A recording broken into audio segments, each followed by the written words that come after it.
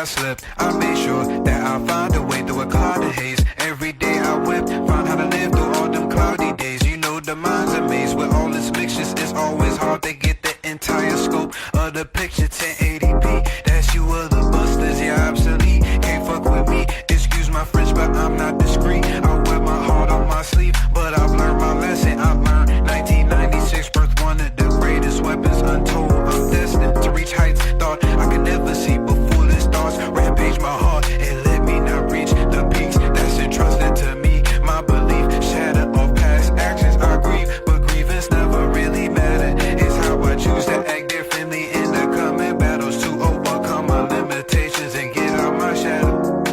But it's hard to wait in this world where it was never shallow. Fuck it, let me get the paddles. Fuck that now, let me get this castle. Fuck that now, let me get this battle.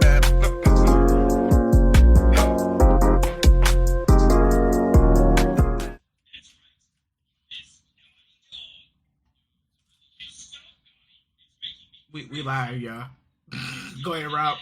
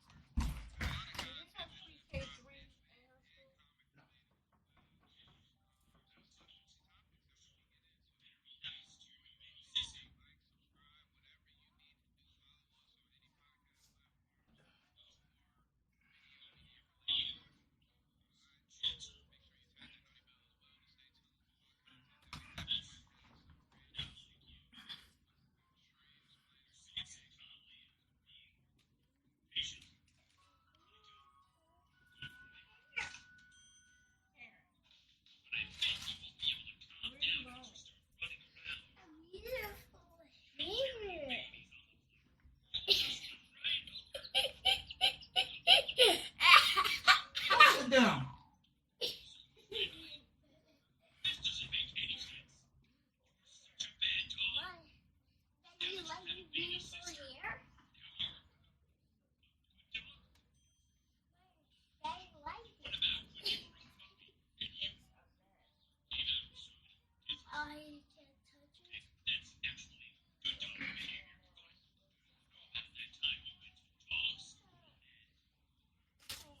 First movie. The first movie.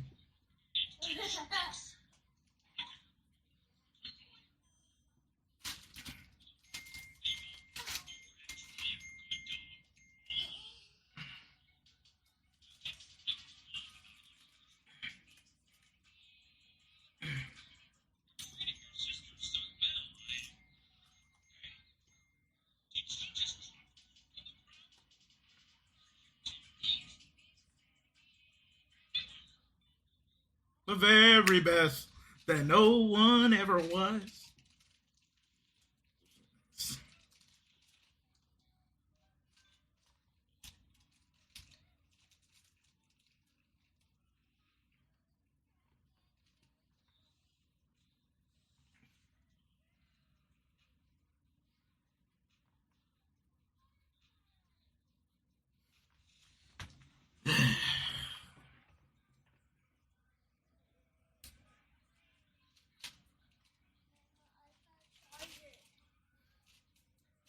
They probably already got the second movie ready to go.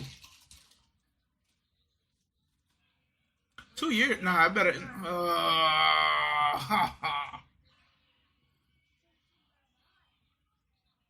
Oh man.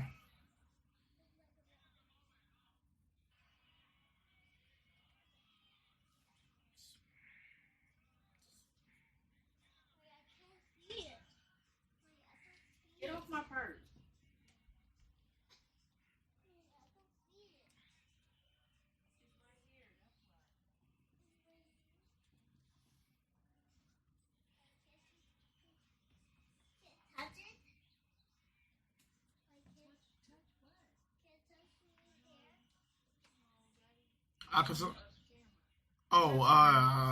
The Upper Moon one.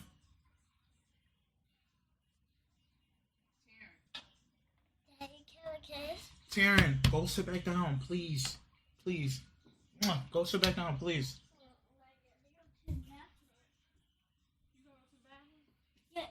Here, take this. I'm Bye, not. bye, bye, bye,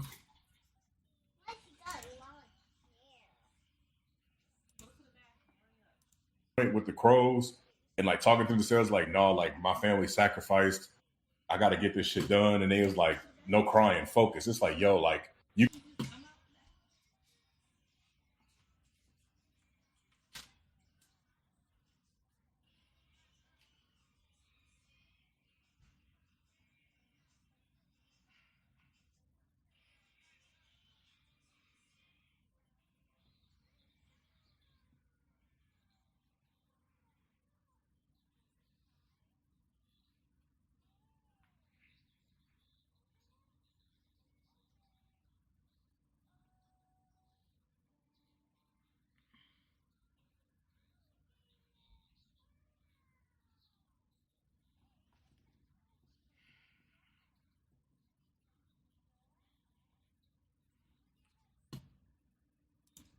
Hold on. Yo, give me 1 second. Something ain't right here.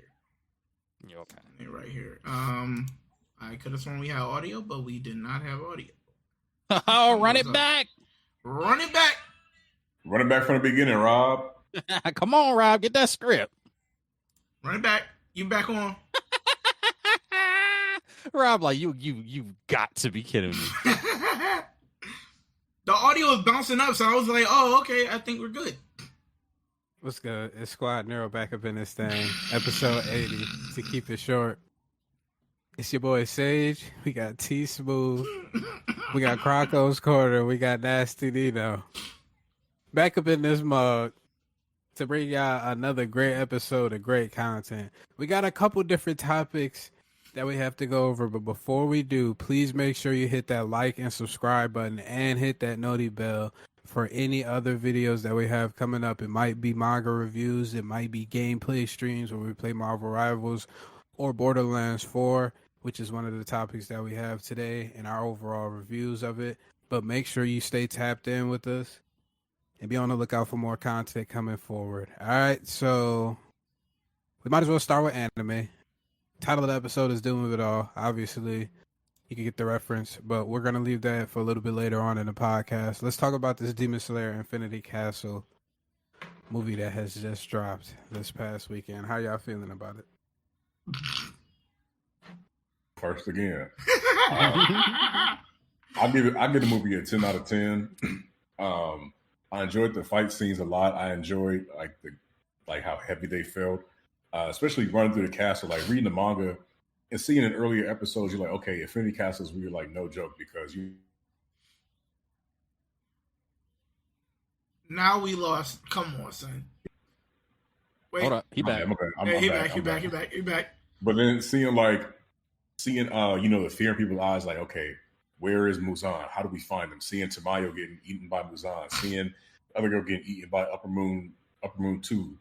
And it's like, okay, like there's really like some significant loss here.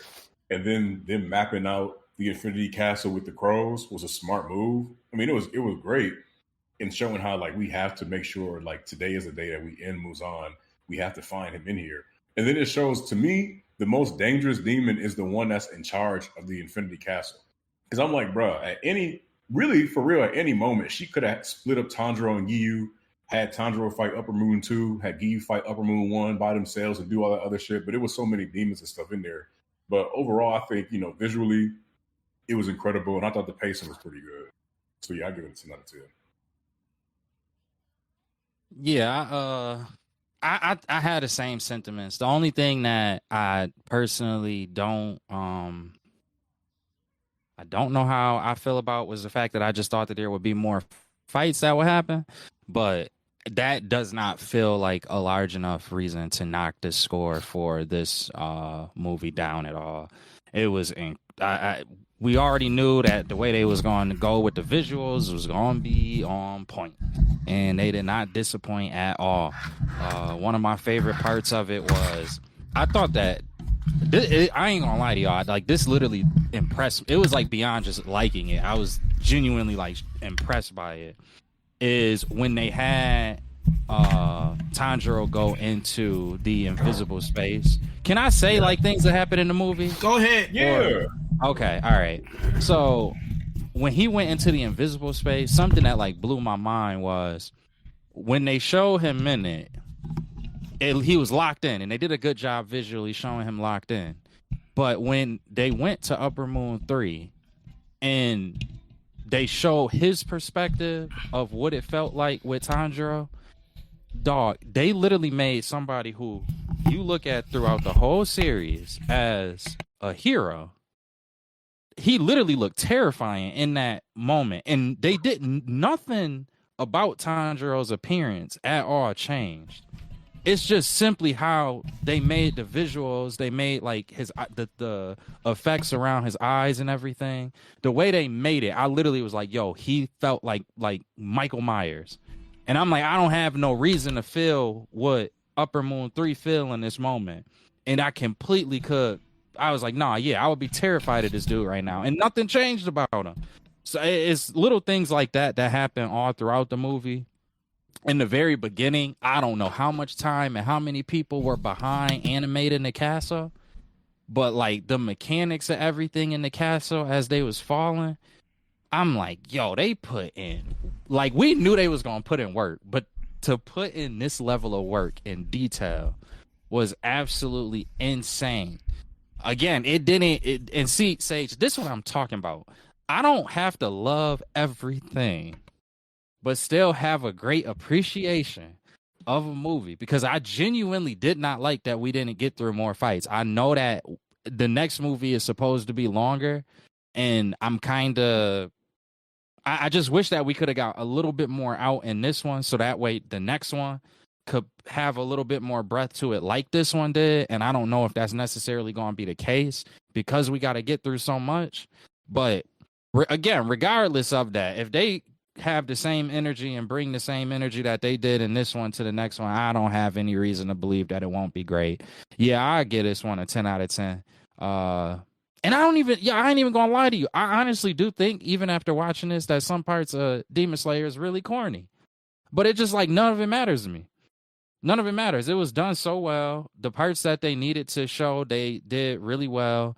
The showing people's powers, showing like just little details and little things that could make that moment feel that much more either important or that much more impactful. Things like that were happen so much throughout the entire movie that it's all right. Even if it is things I don't love, it's all right. Yo, real quick, Niall, the one time that we see not Niall's eyes, Tanjiro looked like that was when he was fighting Maki. It wasn't he wasn't in the invisible, the unseen realm or had like no fighting spirit. But when his eyes was locked on her, that it was kind of like a throwback to that shit when they were fighting on that. Yeah, that's true. Yeah. It was like it just the way that they I know exactly what you're talking about though. The way that they just like it's levels. That's what I love about Demon Slayers. When it comes to like the visual side of things, it's like they really tell everybody else is levels to this. Like we are levels. We are the top echelon when it comes to getting this done in a way that just nobody else is really bringing to the table. It is amazing.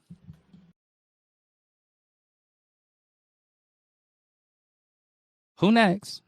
That's Zainsu. I said I give it 10 out of 10 too. You see, I had to pull the mic off the stand. See how y'all could really hear me. This movie was straight up a 10 out of 10. I went to see this in IMAX. That first fight put tears in my eyes. I knew what was going to happen, but it put tears in my eyes. You see the emotion. You see the emotion. He got the wig. But when we get to my guys in Netsu, what? Broke the mic. What? Say something again. Say something again. This man had a Nappa moment, a Vegeta moment. What? It's over 9,000. You see this man free falling. You thought it was over. You thought it was could not over. Hear you. Wait, you can't hear me. That. What? I can hear you now. We like, can. When you threw your wig off, we couldn't hear nothing you were saying. You can't hear me? We can now. You can now? Okay. I'm gonna tell y'all something. He gotta tone it down and he don't want to. I gotta tell y'all something. This man said, I knew there was 6 techniques to thunder breathing. You only knew 1. I knew 2 through 6. What is you doing?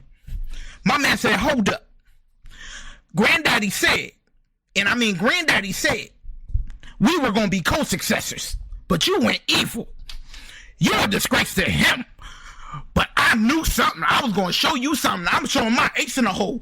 7th form, thunder breathing, thunder, fire, dragon slash. My man looking over, he's like, what?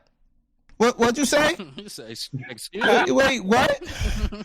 Yo, that shit pissed me off so bad. Hold up. My man said, wait, hold up. What was it you said? I thought it was just 6. I knew you knew the first one. The first one was basic, but you shit. Then he doubled down. He doubled down on a hater. You know what I'm saying? Say, oh You know yeah, what of I'm course, Grandpa loved you more. Of course, he taught you another one. Nah. That nigga really leaned over and said, "The fuck?"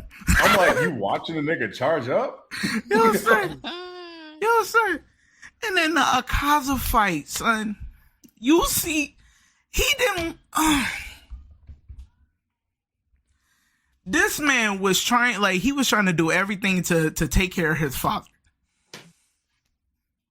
It put me in my feels. Like, he literally tried to do everything he can, even though it wasn't in the right way of what his father wanted, but he was trying to do it in secret to be able to feed his father while he was sick.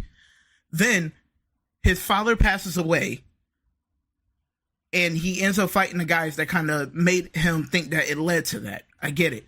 But then you had Channing Tatum come out and take care of the man? Did y'all know that was him? Oh, okay. Thank you. Yeah. He so was were the you. dad. So were you. Yeah. So were you. Yeah. So he came out and he's like, yo, come to my dojo, take care of my daughter. I got you. Oh, the English version. Yeah, yeah. He was like, I beat the criminal out of you. So you come with me. This man was with him for 3 years. He felt like he had another family. Shorty said, please, will you marry me? She asked him, I see you as a suitor. I see you as a husband. Homeboy, her dad took him in as his own son. And all that, he had what he wanted. And even living up to what his dad said, please live a life of an upstanding citizen. He had everything that he wanted. But you have haters over in another dojo come and poison his home. Take the dad out because he drank the poison. And they come in there and take the daughter who he was about to marry. And this man took them 67 people. Muzan didn't even get to him yet. 67 people. And when Muzan finally got to him, you can see like he was battered, beaten, and everything was taken away from him.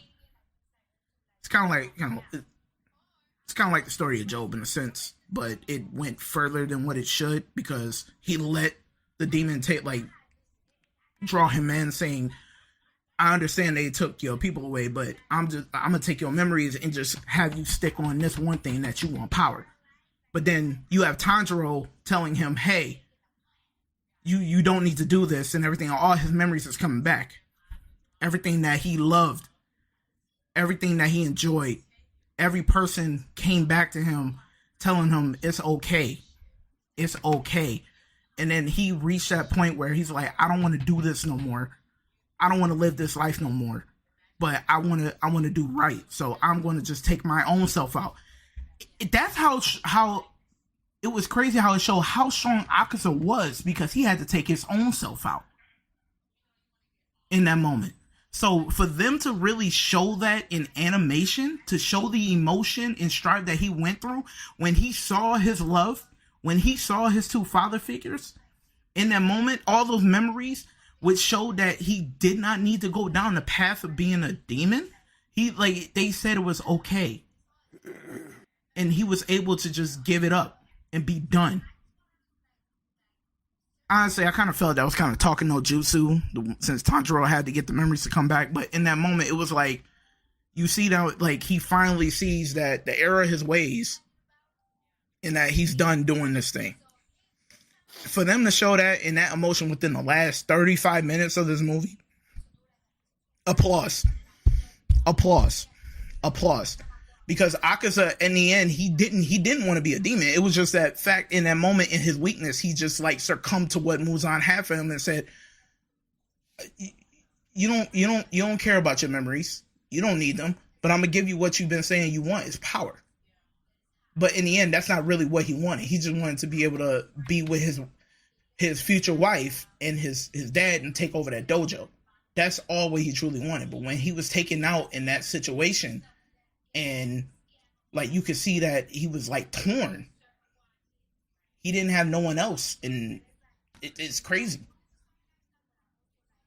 But I'm glad they showed that he had like show how strong he was, that he can like he had to take his own self out. But in the end, it was like he didn't want to do it no more. Everybody came back to him saying, "You lived a upstanding life. You did what I wanted you to dream." So Ryu coming back, you handled what you needed to handle, and I thank you for all that you've done, taking care of my daughter. And then his girl coming out, "Hey, you don't have to do this no more. Come back with me, be with me forever." And in the end, he knew he couldn't be with them, but he still like gave it up. Ain't gonna lie, that was emotional. If Upper Moon 3, no offense to 2, but Upper Moon 3, 1, and Muzan just locked in, it's over. They would have lost. They would have lost. Yeah, badly. I didn't even realize how like that's where I like animation sometimes, because like you could read something, but sometimes it's just not giving you all of the details to fully understand. Even though it's just maybe you reading through it too fast, which I'm a victim of a lot. Mm-hmm. Like I did not realize how demon mode Upper Moon 3 was, and I'm very happy that this movie kind of like set me straight in that regard. So, because like, bruh, now one thing though, if y'all notice with Akaza, his hair is the same color as Shorty's like kimono or something. The back of his shirt had her name in kanji and it was flipped upside down. And apparently, I read this somewhere. If it means that you lost somebody near and dear to you, so that was Homegirl's name in the back. And what was the other one? It was his hair symbol on the back, and it was something else, and it'll come to me, and I'll let y'all know. Something I came across. I noticed that his stealing tattoos moved up his arm. No, I don't know whether that was something. No. Also, the his compass is the same as the her hairpins, the snowflakes. When he stepped down, you see that snowflake for his strength compass that he used to feel the fighting presence of his opponents. No. Yes. That symbol is the same as his girl's hairpins, the snowflakes. Her hairpins. Yes, that was the third thing. What was her eyes were flowers? Yeah, her eyes were flowers too. Did we see her eyes at all in any other technique? Okay. No, the colors of the eyes was his hair. Got you. Okay. That pink. Yeah, nah. I love the fact that they had subtle detail. Like that's why I was. We had this conversation, I think, when O was here before, and it's like I don't like people that do have criticism for Demon Slayer. I really do understand it for the most part. Like it is a lot of things about it that's kind of just like, all right, like when you really sit back and don't allow yourself to be like captivated by everything that's being shown to you, there's some things that could have been a little bit more polished and done better. But they whatever it's like the things that they did want to do really well in, they do such a good job at it that it's like you could just kind of like, at least for me, I could just kind of let a lot of it go because I'm like, wow, you really paid attention to detail there. Wow, you really made sure that element kind of came through in the story. Wow, you really made that fight scene seem like something more spectacular than I could have even imagined.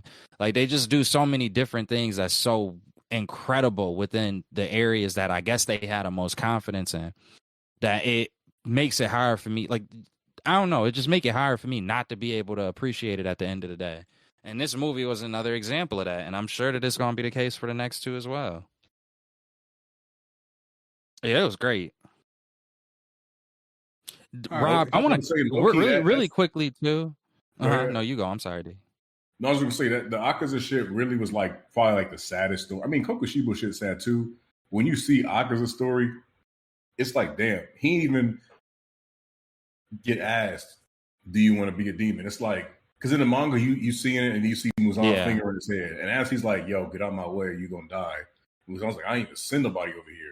And next thing you see is just like he being turned to a demon. It's like, damn, what kind of story would he have had if he was able to, you know, like redeem himself after the dojo shit, or if he had gone and started another life? And it's like he just Yeah. We lost D. Yeah, froze. All right. Yep. my shit, y'all. Yeah. Nah, Nah, you you good. good. Go ahead. I was just saying it was crazy just seeing how like he didn't have a choice into becoming like that monster, and it was like at the end, like, you know, it's cool to see like, okay, now I get to take my life back, but he just knew he couldn't join the people that he loved really when he was a human. It's like he was cursed. It's like from the beginning. Yeah, I agree with both of y'all. Like the sentiments that both of y'all have expressed in regards to Akaza, I definitely feel y'all, because it's like one thing throughout the entire movie, or excuse me, towards the end when they kind of did the backstory with him, he cursed in a very regular way. You know, like the way, like everything that he went through before, obviously the turning into a demon.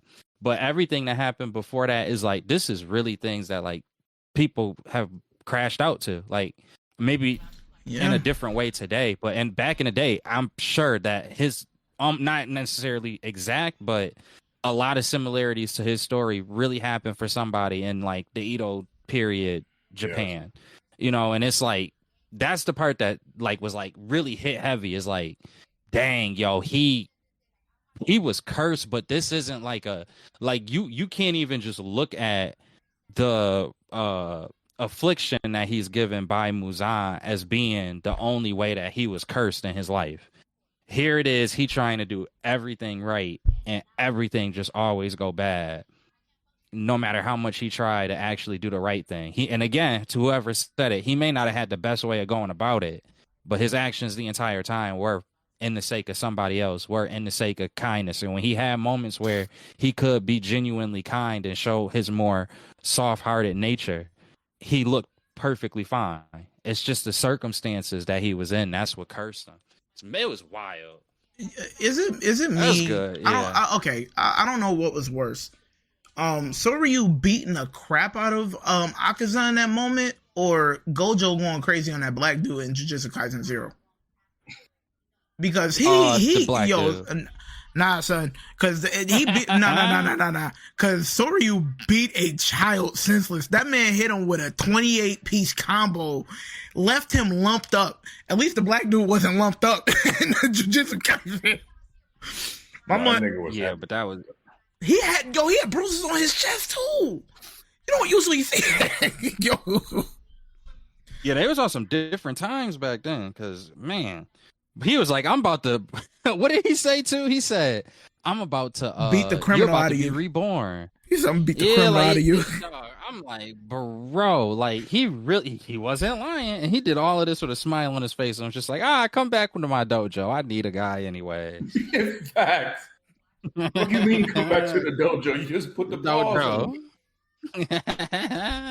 So all I need you to do, you can train with me, just take care of my daughter. And it was like, you see his development with the daughter. Like, even though he still had that attitude, he still took care of her, and then started to have that same sentiment as his father, because she was sick too, which that kind of like drew him near to her. And I'm like, yo, that the similarities is crazy. And for Soryu being a father and his daughter having this affliction, he still kept a smile on his face. This man said, I'm just going to do odd jobs to be able to buy this medicine for my daughter. I just need you to take care of her. It was crazy. Yeah. It was crazy. Yeah, it is a good backstory. I do kind of get, and see, that's what I'm saying. Like, that's why I really don't want to take any points away from the things that I don't like, because like I'm sitting here and I'm saying I don't like that they didn't conclude more fights. But to be honest with you, that was one of the best storylines that they could have fleshed out. So which fight are you talking about concluding? Which fight? Bro, like we could have We could have got that like that. I thought that the butterfly Hashira. I thought that fight would have been concluded in this movie. I thought it just would have progressed a little bit further. But I also haven't read it in a while, Yeah, so I no, might be so- falling victim to that. Well, my thing is this. D, did you you read it fully through, right? Yeah. So Rob, you read it fully through, right? Yeah. Okay. So Spoiler alert. they don't conclude it by the end of this movie, like where they left off at. It concludes like the maybe a little bit after the start of the next fight. They'll Who's go the back next to one? it. Shibu. Yeah. Or they might finish Upper Moon 2 No, at the you beginning right. of the next movie. They might finish the Upper Moon 2 fight at the beginning of the movie, since it's with the shorty that's her apprentice. So they might end that quick. Or I think actually, don't the snake dude and what's her face pop up in there? Yeah, they Yeah. gotta do one. They gotta fight too, right? No, I think they finished the Upper Moon 2 fight, if I'm correct. I gotta go back and read it. right. So Yeah, they I go thought back was and at, hold, yeah, I because think I keep getting the snake dude and the mist dude mixed up. Because Mist and Guillaume fight Upper Moon 1, Upper Moon 2 with Doma. They do got to come in and help the apprentice girl. I don't know So why I what they thought was about that probably movie. gonna do, what I'm thinking is what they probably gonna do is they gonna use the next movie, start the other two fights, then go back. Which Wait, who might does not be Inosuke that fight? might be Inosuke fights Upper Moon 2 with the girl because like his breathing, he's immune to like cold Yeah. and sickness or whatever. Oh, okay. So he comes Yeah. But in they and fight Upper Moon 4. They fight Upper Moon 4. wait, in the shorty Infinity that Castle. that changes the Infinity rooms and Castle, stuff. yeah. Yeah, okay. Yeah, so Snake Dude and the ribbon girl, they fight her off. Yo, I like the fact so that they they probably actually gonna showing. introduce it. Yeah. I like the fact shit- that they I- actually showing them like he cares for her. I like that. I like that because he was so standoffish the whole time, and Shorty like, I love him. Yeah, we gotta I might even take that comment back. For real. When the second movie come out, I might take that comment back. I can see it, honestly. But that's what you're gonna It's get like with the three movie broken parts up per in 3 movie, though. parts. Yeah. yeah. Well, the last one gonna be all Muzan. They're gonna probably finish off Kokushibu. The next one they're gonna have Muzan, and they're gonna have to switch from Muzan to Nezuko and like the race against the sun.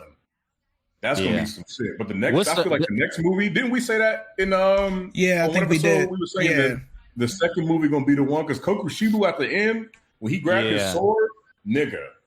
Mm-hmm. Him Yeah. and Guillaume is gonna break the internet, bro. Bruh. And the Wind Hashira? Come on, and that's bruh. 3 hours too.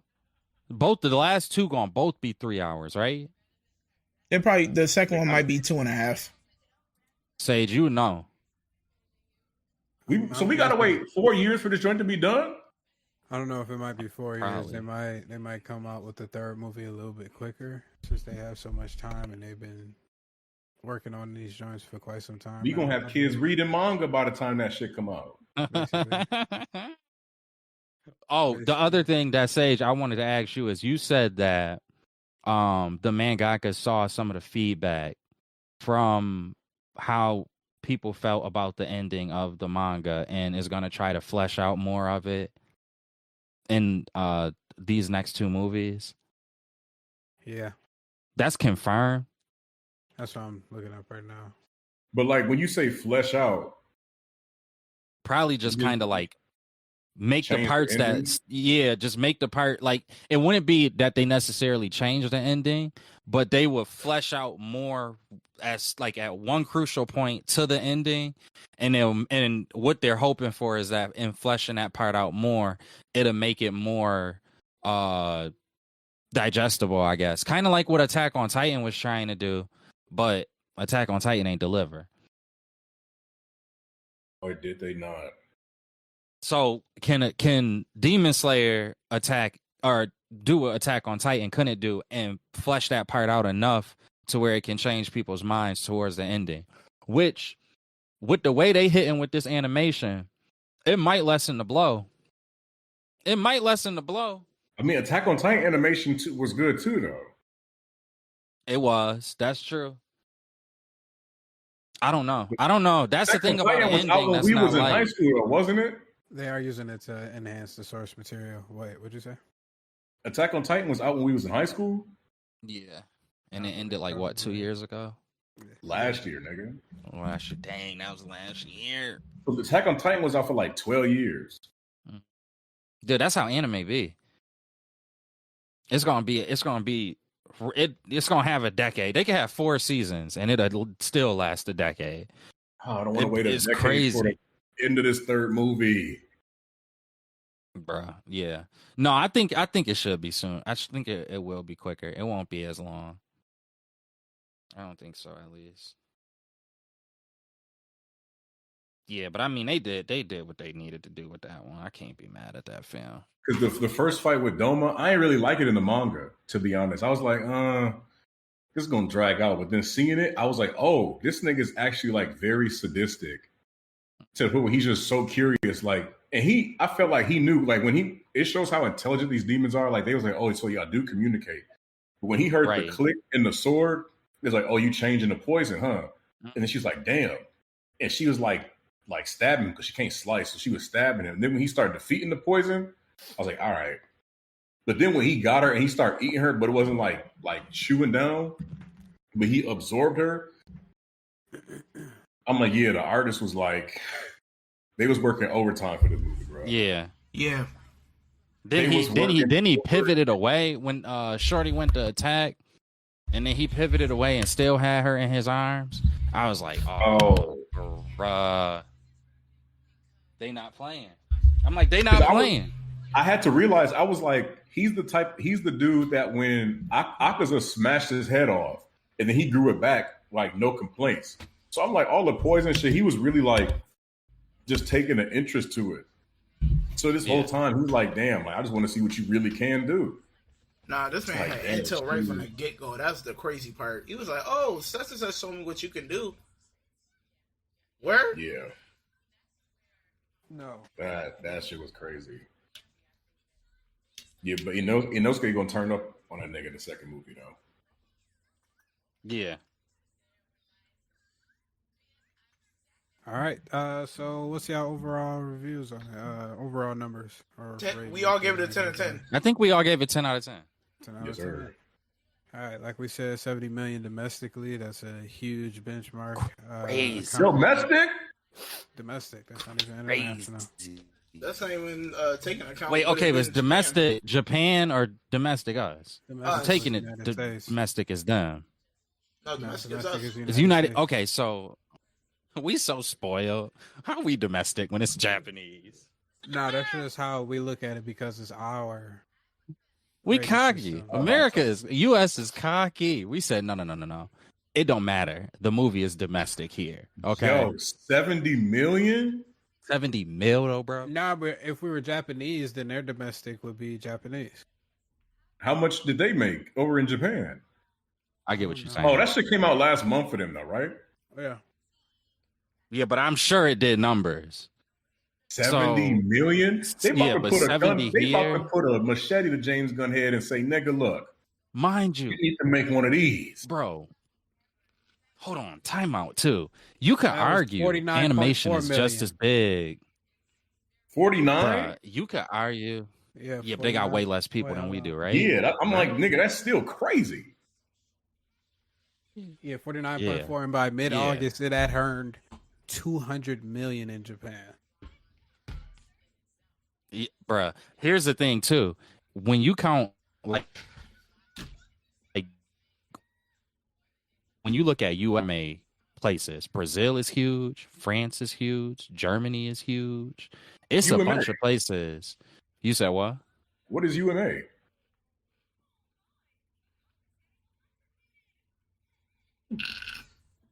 Brazil, France, Germany. It must have broke up. Yeah, it must have broke up. What's UNA? Because I don't know what UNA is. Hold on. Yo, Niall, for a moment when you froze, you remember maybe 50, 40 episodes back, we talked about the look that Benedict Cumberbatch made when he goes like this? You literally did that? Yeah, it froze like that. That's crazy. That's crazy. Nah, because when But D no, asked, that's when the D thing. asked what's UMA, it was like you froze, like you were puzzled by the question. Yeah, okay. Yeah, I'm like, nigga. But, I'm like, nigga, what? nah, but that's the thing. Like, if we did 70, didn't that make me almost wonder what did Brazil get? And there's other South American countries that's also really big in anime. I just know Brazil is the largest because of their voice acting. You usually hear things and see things about it on like Twitter and whatnot. But France is big, Germany is big. So if we like, not saying that we're one of multiple countries that are kind of like heavy hitters, but this about to be like a Marvel movie. I mean, maybe only the domestic side, but like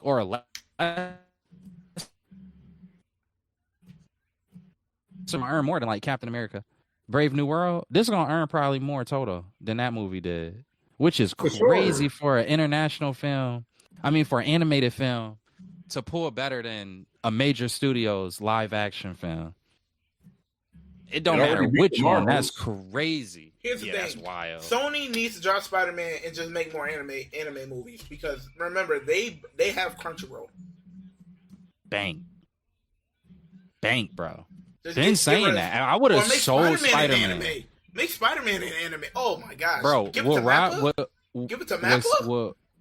What Rob said with Sony should sell the rights to Spider-Man and buy Warner Brothers. I thought about that a couple times since we had that conversation. I still think that would be extremely smart. I would buy Warner Brothers and make the whole entire DC animated films top tier. And they already been doing anime films, so it's not even like if you go with like different animation styles, people won't be able to accept it. People have accepted it already for DC. Here's the thing. I would take the whole world. You know Disney can win out this whole situation, right? Remember, they just dropped they're going to be dropping Marvel Token. You see how those characters look in the anime style. Take that, give it to Mappa, give it to some well-known Japanese studio, and let them go crazy. Oh, it will happen. After these Demon Slayer numbers. Oh my goodness. Marvel will be killing it. Like, do a Tolkien storyline. Bro, the way Doctor Doom and Storm looking at and Star-Lord? Oh, God. In what? Marvel Tolkien. The new fighting game. New Marvel fighting game is coming out. It literally looks like an anime style Marvel game. Like, let me see. I'll give you a quick thing for you, D, so you can see it. No, you're not lying though, because one of those Street Fighter type games, and Marvel say, okay, we're gonna do something like that with that style. All right, let me do this so we can all see it, or so D can see it. I know we checked it out one time. I'm not gonna be shocked if every anime studio or every studio start doing more though, because bro, Demon Slayer about to really change some. Oh, one of these? Okay. Yeah, so look at the art style. Yeah.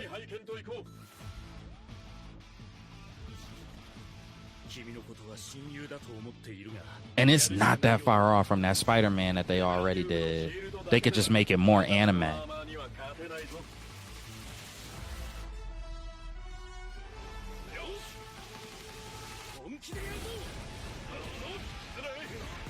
You can't this tell shit me. is Japanese. Yeah, because it's made by Japanese studio Art System. But you could put them in English when you're playing the game. But even still, D, you can't tell me this art style for an anime would be crazy if Marvel let like Mappa run with it or something.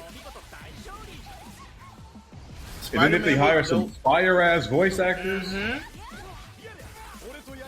Cause look at Star-Lord. He looks dope. Yeah, they 100% could. I'm not gonna lie to you, T. I'm thinking you might be right or onto something there. A lot of these studios about to be looking at these numbers like, bruh, we gotta get in the mix. I ain't realize anime could do this, or just even American animation. Between you seeing how Into the Spider-Verse. Look at Doom. We got I clicked off for some reason. Oh yeah, that nigga with the fur on his cape. Come on, nigga. But we got to be careful with American shit now, because they gonna be like, we got an anime for y'all niggas, and we get a Ninja Kaimon 2.0. D. I think they gotta just link up with them. Like they gotta link up and just be humble and be like, we gonna let y'all take charge, which might happen. Like, bro, they gon' like that's if one thing to humble them is if it's a way for them to make more money, and them seeing how these studios is coming. And then, like I said, on the American side, Sony got an arguable case of like, oh, we can make this different, or we can make this more akin to like an American style because of Into the Spider-Verse. It's not exactly like anime style, it's like its own thing. So bro, I'm telling you, down the line, then watch how Marvel Zombies Sage, I don't know if that's one of the topics that we had on here, but Marvel Zombies look kind of clean. I'm not gonna lie. It do. So it's like I think we starting to usher into that era where it's like they gonna go, y'all don't like these live action movies? Okay. It's not like that's the only thing we could do with these characters, and it's not. That's what we've been saying. We've been trying to explain that to them. Yo, you can't get the live action down. It's okay. Go to animation. The geeky people will show up. And it's enough of crazy? Us. Animation, we can do the pencil style animation, but y'all know them Hulk versus Superman videos with that like use Christopher Reeve's likeness and Lou Ferrigno's likeness. I'm not sure if I'm familiar. I'm pretty sure y'all seen them joints on YouTube. The last one came out 7 years ago. It's one dude that makes it, but he makes them like they started when we was in high school. That's the crazy part. But I'm like, bro, if they made animation in that style with like like voice actors and it was like 3D shit, bro, telling y'all, I think they could hit the $1 billion mark with that shit, bro. Because that animation is fire. When y'all get a chance, I'm gonna send y'all the link. Them fights is crazy, bro. Yeah, I think it's only a matter of time. I really do. I feel like that's really all it is. It's just a matter of time before that's gonna be. They gonna pivot enough into that where like, because I think what's gonna happen with the live action movies is they're gonna. I think right now they're just trying to make sure that they kind of stay afloat, because if they disappoint us too much, or just the mass fans that the entire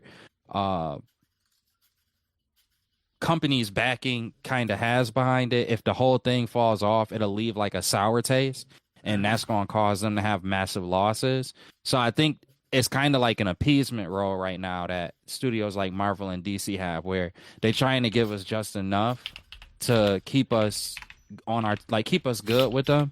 But I think what they're going to end up doing is they're going to try to look at what has been working well and just kind of keep the flow from that, maybe usher in new things occasionally from that.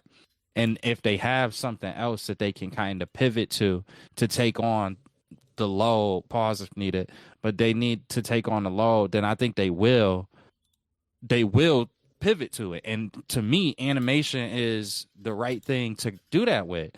That seems like the thing that could easily make that process for them as seamless as possible. We'll see. Because, you know, we always come up with some nice idea, and then it's like, dang, they ain't do that yet. They still haven't done that. How come they haven't done that? So only time will really tell, but it's a slam dunk of a thing to do, because everybody who like all of the geeky people that like Marvel, I'm pretty sure at this point 85% of them watch animation of some sort. Mm-hmm. It'd be very hard for me to see that number being any less. All of these conventions that we go to, all of the examples that we have, like we got what, like 5 convention. It's like 3. It's like somewhere between 3 and 5 conventions, major conventions, just for blurred content. Mm-hmm. That's just blurred content. It's what, 50 more, 60, probably more than that. I ain't even think, because I know I'm not hitting all of the small markets, like the Queen City Comic Con and things like that. I know I can't hit all of them. I don't know all of them, but like, you know how many Comic Cons that feature anime? probably exist. Yeah. No way you can tell me that Marvel and DC saying we're going to take a more anime approach for a certain saga would piss that many people off. Ain't wrong. Sage, what you think? I think it might be the wave, going forward. Like you were saying, everybody brought up good points. It's just easier. It doesn't cost as much financially. You get people to voice act. You're not paying nearly as much to pay for their likeness or their face or anything like that. And animation is just at the point now where they have some very new and captivating ideas that they could bring to the drawing board and actually facilitate that. So I completely understand where y'all coming from. Anything else for Demon Slayer? Nope. I think that was it. Nah. All right. Borderlands 4 did drop. If y'all don't know, it is a looter shooter. I can't remember the studio that dropped it, but it just came out over this past week, Thursday, for PC players, Friday for console players. A couple of us have had our hands on the game. So, how y'all feeling about it so far, T? I know you were super excited about this. So I'm at level 21, so I'm still locked in. Jesus. Didn't that shit drop to show you? Yes. I was able to play it on show Thursday. you. I was able to play it on Thursday because I got it on PC. Sage, which level you at? 12, I believe. Yeah, because I'm carrying them in my back pocket.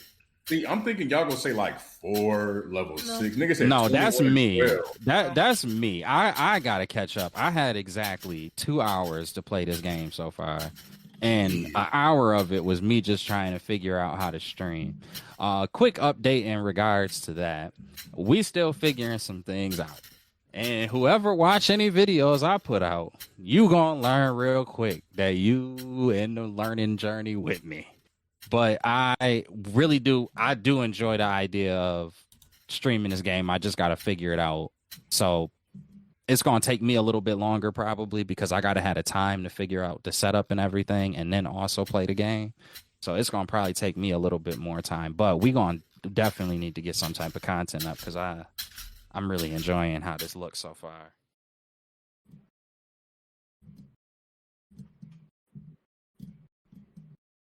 Yeah, Mr. Level 21, I think you got to go first.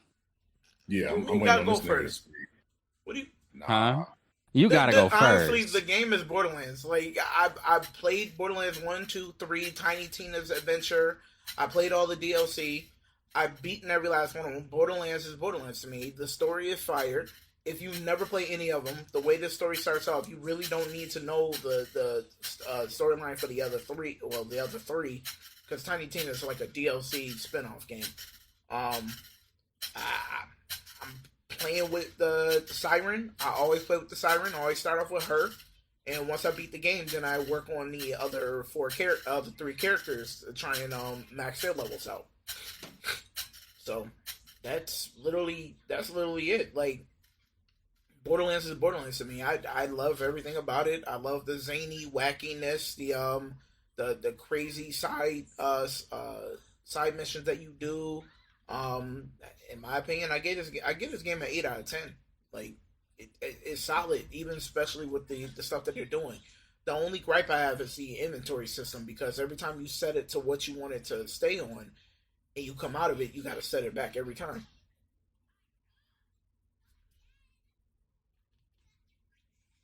That's fair.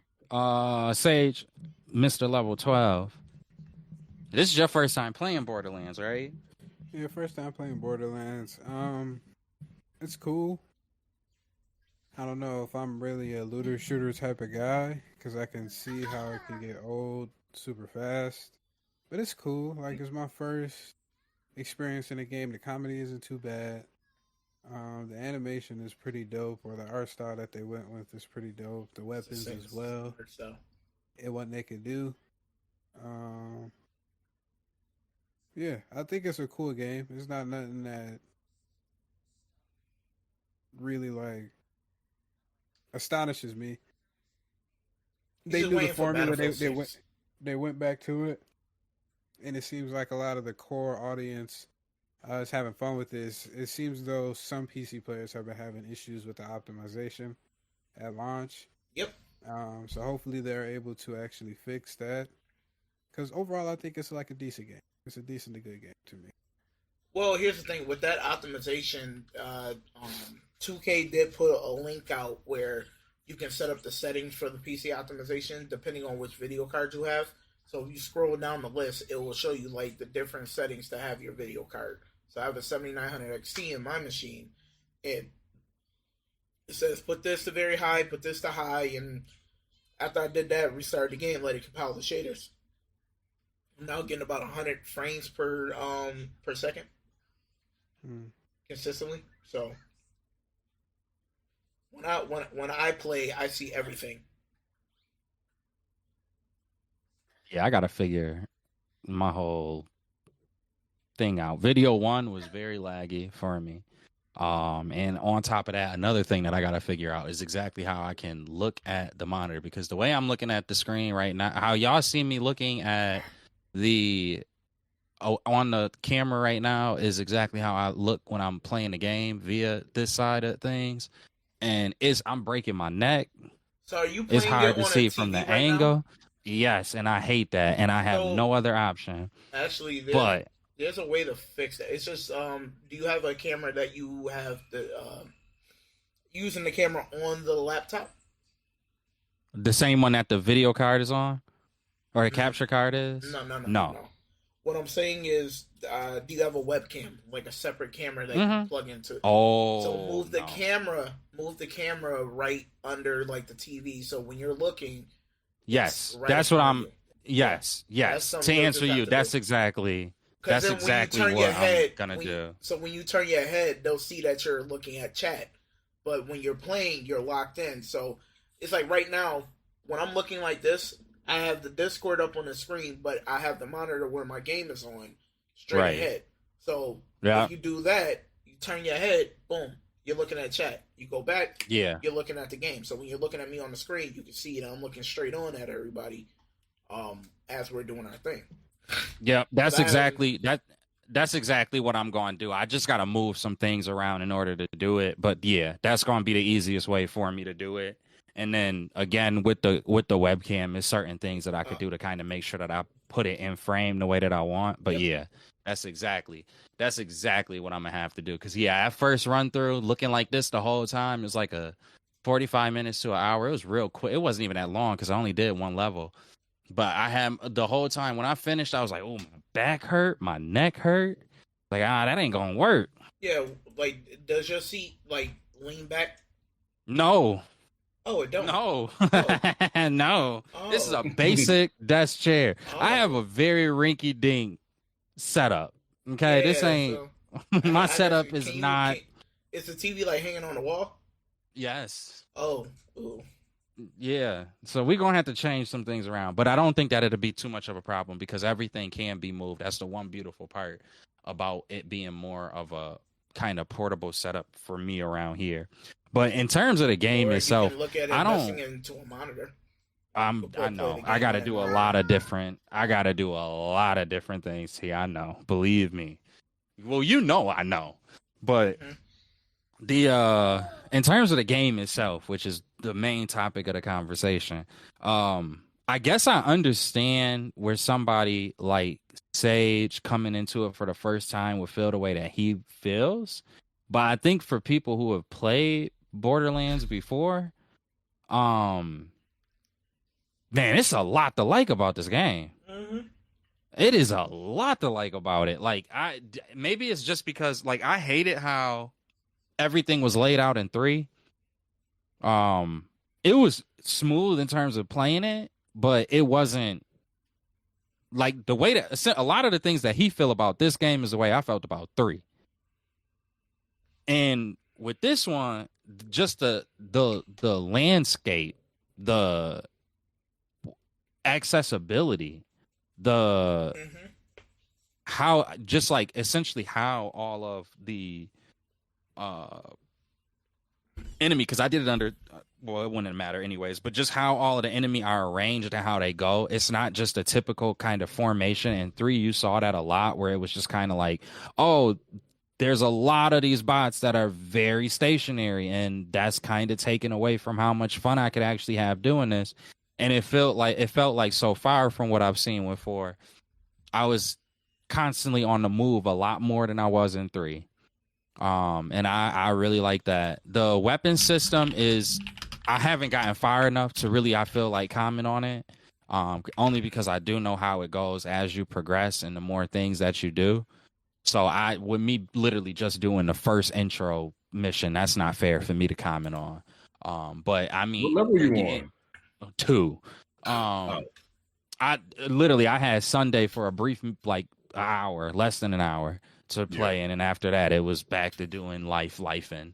But even honestly, me having my head like this and kind of seeing everything on a slanted angle, even at that, it was still impressing me in terms of how everything looked, how everything felt.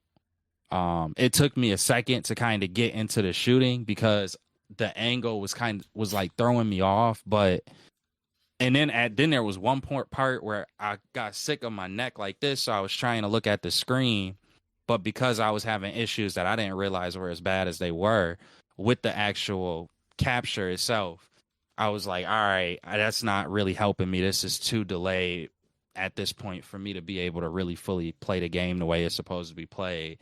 And when I actually did go back to looking at the screen and playing the game how it's supposed to be played, I really loved the fluidity of it all. I thought it was really smooth. And for Borderlands, this is definitely more polished than the last game at the very least. I wouldn't necessarily compare it to the first game, but it definitely was better than those are the only ones that I played. I didn't play what came in between.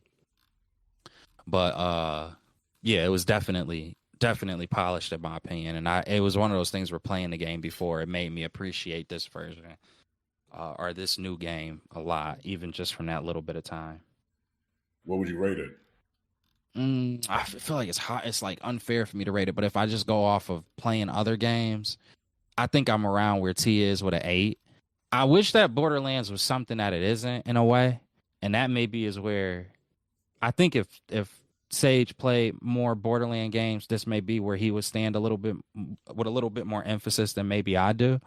But it does at times, like Borderland at times feels like it's like it just, you want it to go to the next level and you don't know necessarily what that next level is, but it's still a lot of fun to play. Okay. And that's why I think I'm at an 8 out of 10 like T.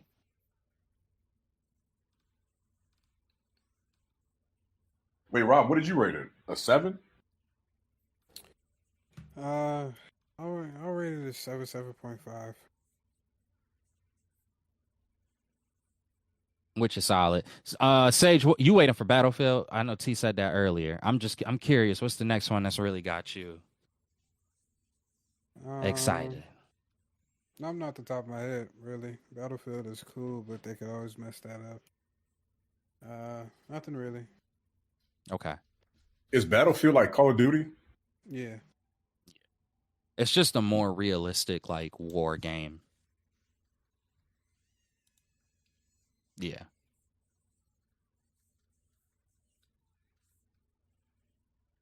I guess it goes for the more realistic crowd.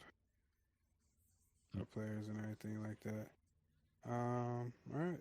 So that's it for Borderlands. We have Warner Bros. DC News, technically. Warner Bros. Discovery. Obviously, we touched upon this earlier in the year about a deal going on, as they are, I guess, dividing their properties up into 2 factions. One handling the streaming and movies aspect of everything, and another one I'm thinking handling some other stuff, TV channels, that sort, and everything like that. Paramount Skydance is preparing a majority cash bid for the media conglomerate. Other businesses also who have been thrown in the fray are Comcast, Amazon, Netflix, and Sony. I think Apple as well, if if I'm not mistaken. I'm pretty sure Apple was in there too. So all of these companies are vying to pay for Warner Bros. Discovery, and in the process, paying for the DC universe as a whole. Are any of these companies specifically coming out to you, knowing their other works, such as Netflix having their works, Amazon having their works and their unique movies, Apple as well?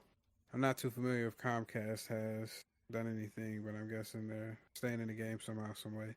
Nonetheless, which conglomerate do you think would serve best, and Sony, I'm sorry, would serve best as acquiring Warner Bros. Discovery?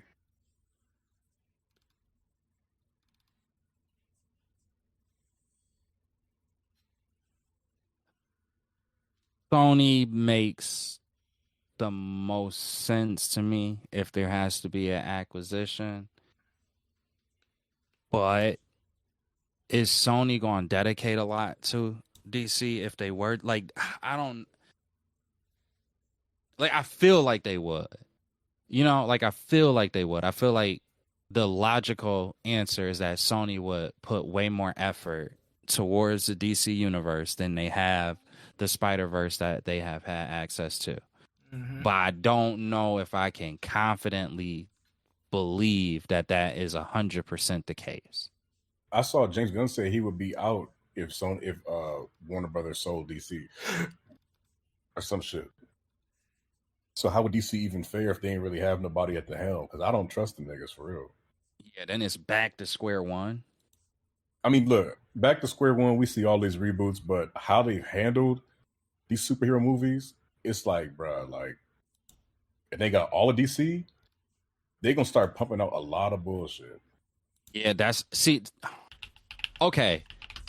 This gonna be kind of like a curveball, but could you see Apple possibly being like, we want to get into animation, we want to get into some other things, having the money, having the resources to possibly, and a lot of the content that's come out of Apple so far has been, you could tell that they put some resources behind it.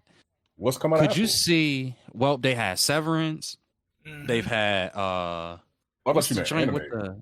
No. Just like content. Period. They had the news joint, Severance. They had the comedy joint that T and I like about the IT firm from the dude from Always Sunny in Philadelphia. Yep. What's that one called? T. Mythic Quest. Mythic Quest. A lot of the things that they put out have been received well. Okay. They did the did they do Ted Lasso? I don't think they did Ted Lasso, but Apple didn't do Ted Lasso. But a lot of the content that they have dropped has been positively received.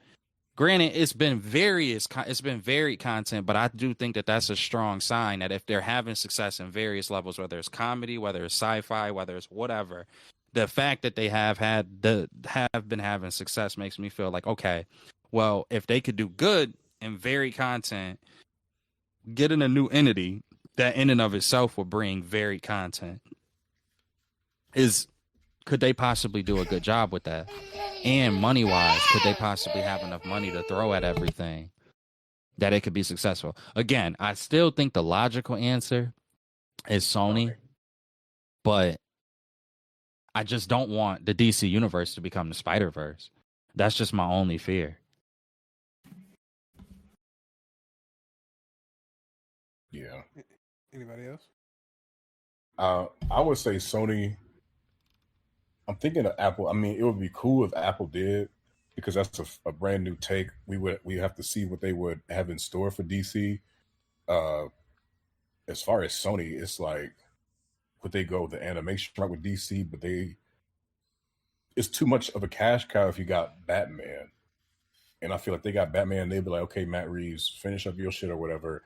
But we got a Batman we gonna do over here. And I feel like Sony probably wouldn't have y'all think they would have a created universe? I mean, of course, a created universe, or would it all be separate? Like, they can do a Batman movie, Superman movie, Flash movie, Wonder Woman movie, and just have them joints all be out without having each other in the movie. Because that way they'd be like, yo, we could put out a Batman, Wonder Woman, Flash this year. Next year to be Superman, Aquaman, Green Lantern. Next year, Flash 2, Flash 2, Teen Titans, this and this. Have all them shits be separate, because it's like they probably like, yo, this created universe, this shared universe shit really not as easy as people make it seem. I think Everybody it would be gonna have a solo smart. movie. Yeah. I think it would be smart, but I just feel like, excuse me, I feel like one more.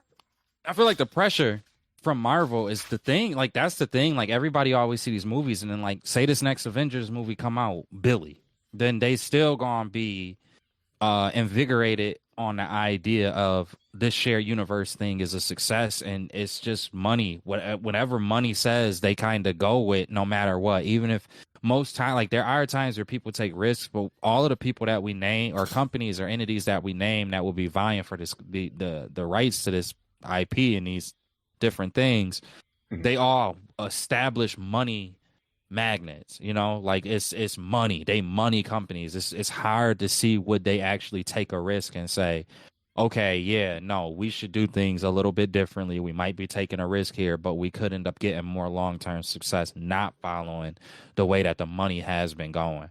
It's just hard. It's hard to see one of them doing that.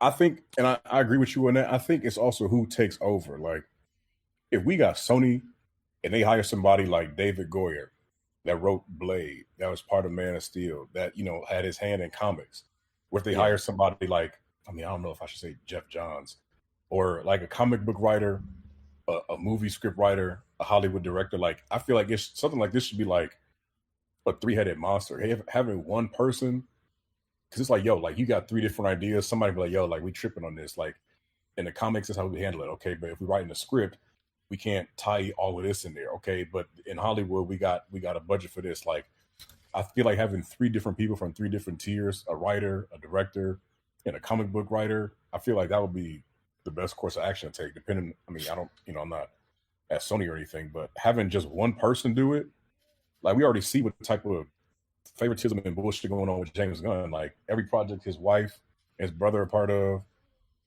stayed alive. It's like, all right, my nigga, like, yeah, what could this universe have been, whatever. To kind of be optimistic in that light,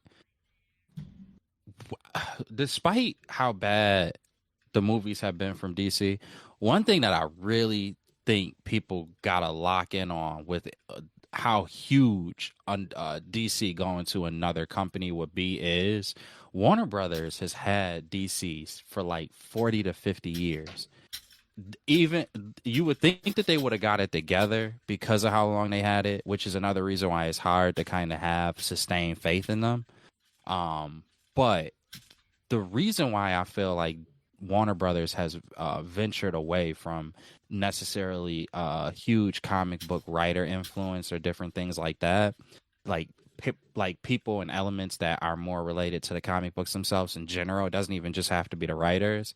I think the reason why Warner Brothers does that is because they've had enough experience on their own. Whereas if a new company were to get DC, they don't have that. If it's an Apple, if it's an Amazon, maybe Amazon a little bit more because, you know, they've had success with things like The Boys and Invincible. But in Sony, yeah, you could say the same, you know, the same thing applies to a even stronger level with Sony because they've been doing Spider-Man at the very least for over 20 over 20 years. So, but still, it's not 40, you know, it's not 40, 50, 60 years like it's been for Warner Brothers. And that lack of experience could possibly foster in the type of content that we more or less are looking for. You know, a place like Apple, if Apple were to win that bid, right? Who do we go to? Okay, well, we don't know that much about this comic book world space. We just starting to get our feet in this whole entire content, streaming content potential and movie content potential. Who do we go to? You could maybe go and get some previous people that worked with DC and Warner Brothers, but would you want to do that when they were constantly failing? That doesn't work. So who do you go to? It's gotta be the people who's left outside of what was previously used. And so that's going to probably be, okay, well, are there any creative heads over at Marvel that worked really well? Are there any people, and if there's not, or if those people are still with Marvel and still have their allegiances to Marvel, then the next thing up is going to be the comic book creators themselves and people who are maybe ahead of comic book writing. You know, they might even tap in. Give you an example of the extent that I mean, like, a lot of us have at this point felt like the idea of us getting a Static Shock movie is like gone, right? But what if Apple is like, we need somebody, and they go and get the creative director or the chief editor for I can't remember what Static Shock was under before DC. It's a specific line of comics. Was that Image? Image, yeah. Yeah. So what if they go and get, you know, the person who was with Image before Image and DC merged, or somebody who was a part of that, and said, okay, well, we can make something work from here. Or maybe they go and look at some of the like some of the other more independent series that have come out in their own right, or in a more independent comic book company, and they started to work with them. I mean, I think that could possibly draw in a lot of work that we particularly look for. So basically, the things that we've been complaining about a lot, and not just us, but a lot of people in the nerddom realm in regards to superhero movies, we may actually see a lot of that if a new company a new company that does not have a comic book history has to purchase DC. And we said it has to be all together, or because I mean, if they could split in threes, be like, yo, Sony, y'all handle DC games, Amazon, y'all handle movies or something, or TV shows, but it would all have to be too complex. Oh yeah, because they would have to be like, well, we using these characters and we using these characters type shit. We already see how complex it is between Marvel and Sony. We expected to do it. Yeah, Marvel did that when they were failing, and look at how that turned out. Then they ended up wanting the rights back. Now it's complicated to all end. We can't get a Hulk movie. We can't get a Namor movie. Spider-Man is... I was going to say something else, but Spider-Man is all around. He travels. We can't even get a Hulk video game, nigga. Give DC to Sony, bro, at this point, so we can just get some video games. I don't even give a damn if the movie's good no more. We need a Flash game. Sony makes the most sense. The video game side of it, the animated side of it, the live action side of it, just again, them having the history there. Sony does make the most sense. But it sucks to say that even with Sony having that history, there's still a very alarming question mark being around. Is this going to just turn out to be, again, the same way that the Spider-Verse is, which is crazy to me, but I don't know.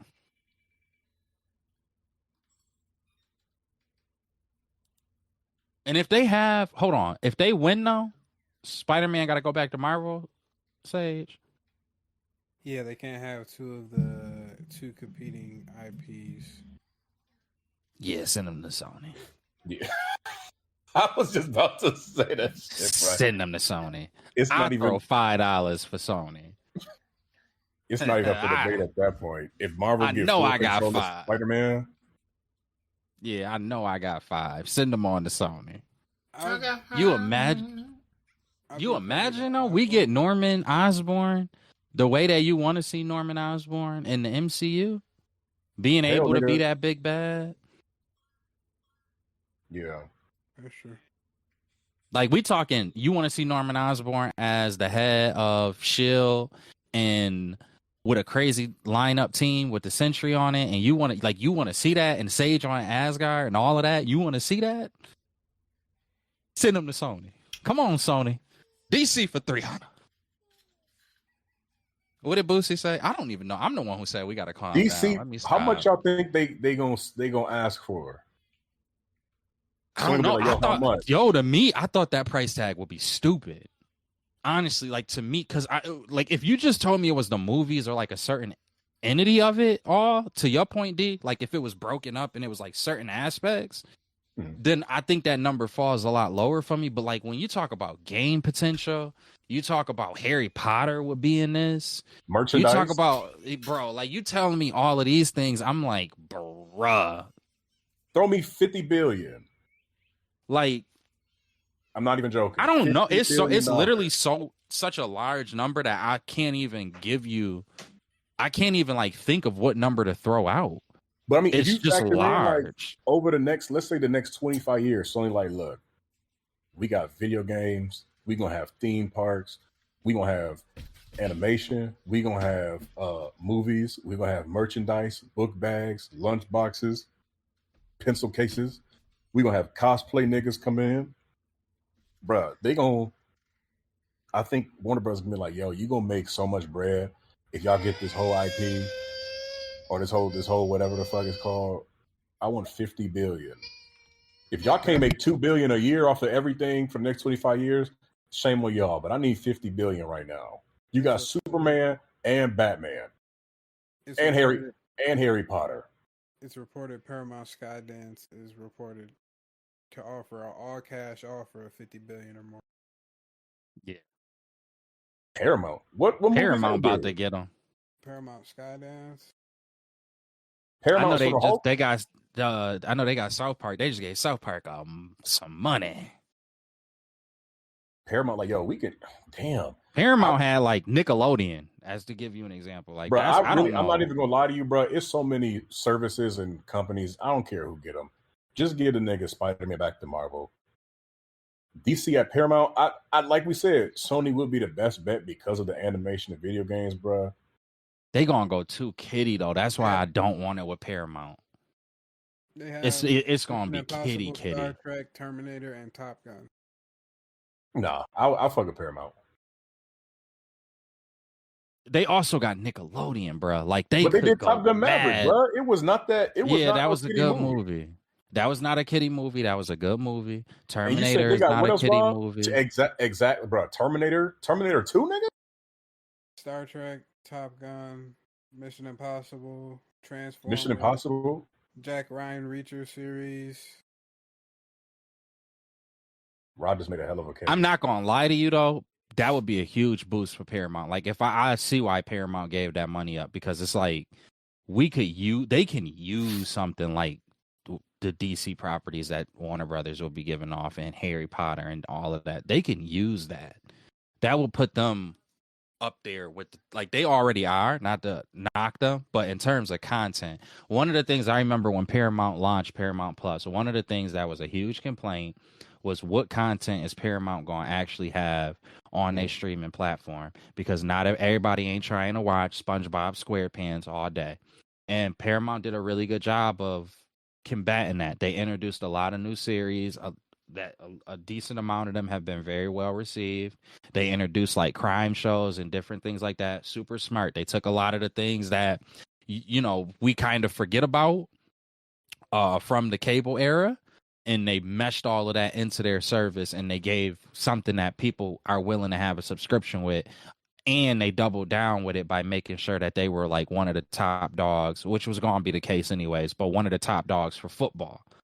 So I give them a lot of credit and respect, but the fact that they got this far with what they had to work with and they thought outside of the box and did a really good job with that, you got a perfect opportunity now to just kind of leapfrog yourself into the next tier, the next like the upper echelon in regards to not only streaming, but film, everything. So I completely get Paramount wanting to throw a bid in here. Honestly, I could see Paramount getting it too. Then they just had this merger. So the merger going with the people, the new heads and everybody that's going to come from the Skydance side, they about to be like, okay, we need some fresh stuff here. We need something fresh going here. We willing to throw whatever money we need to it. Yeah. Don't be shocked. I won't be shocked. They got $50 billion from? Bro, they got banked. They just gave South Park money. It's like, how do you have this much money? How much exactly? I'm trying to understand. How much would y'all? Well, we got to figure out. Do they own? If they did, their stocks went up just announcing that they were going to be aggressive in the bidding. They probably got millions, if not billions of dollars just off a day in trading. People buying Who their would stuff. what would y'all pay if y'all was one of these companies? Y'all think 50 billion is too much? I don't think it is. No. It's probably be just enough. Yeah. Nah, you gotta if you racking in like Superman, like if they be like, okay, we gonna No, plan this I'm in saying I 50 agree. years. I may have worded it wrong. No, I agree. I think 50 billion is about accurate. Honestly, if somebody gave a higher bid, I wouldn't be surprised. Nigga, Harry Potter and DC. Marvel Nah, is to the point where even if the movie is ass that they release, the sales that they get from toys alone probably makes up almost all of the budget, if not all of it. that's why they keep So making them once shit. they get DC, they can double down on the animation. They could double down on the live action. They could double down on the toys. They could double down on any extra. Wait, are they in the bid too? No Who? chance they in the bid. Who? Marvel. No, they can't be. Yeah, I was about to say, because that's state laws or federal laws say that's a monopoly. They can't do that. Yeah. Yeah. But you saying if Paramount were to do that, how they Paramount could, were how, to, or if any one of Apple these was to, companies? Apple was a good, Yeah. because Apple had a couple of, especially the Godzilla series, I think that they made or whatever movie. I Okay. believe it was a series.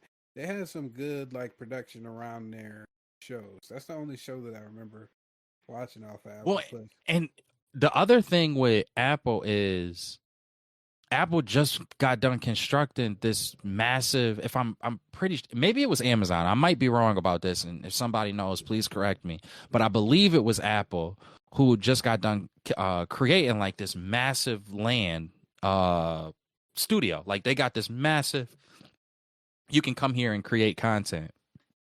To be honest, that's how they've been making a lot of that money for them to even have a consideration for this bid.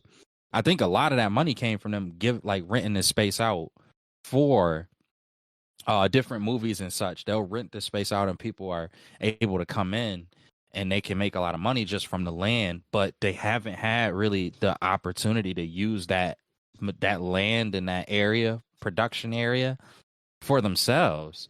So one of the things that does kind of rock, again, if I'm not confused with Amazon and this is in fact Apple, one of the things that will rock about Apple is Apple has its own area that they can morph whatever way they want for the movies that we could potentially get. So like, again, you think about superhero movies, like, you know how people got to go to like Ireland, or they got to go to Quebec or someplace in Canada, or they got to go to some different country. No, with this play, from my understanding, at least with this area that Apple has, they'll be able to do everything in their own backyard. And they can, again, they can morph it whatever way they want without any restriction.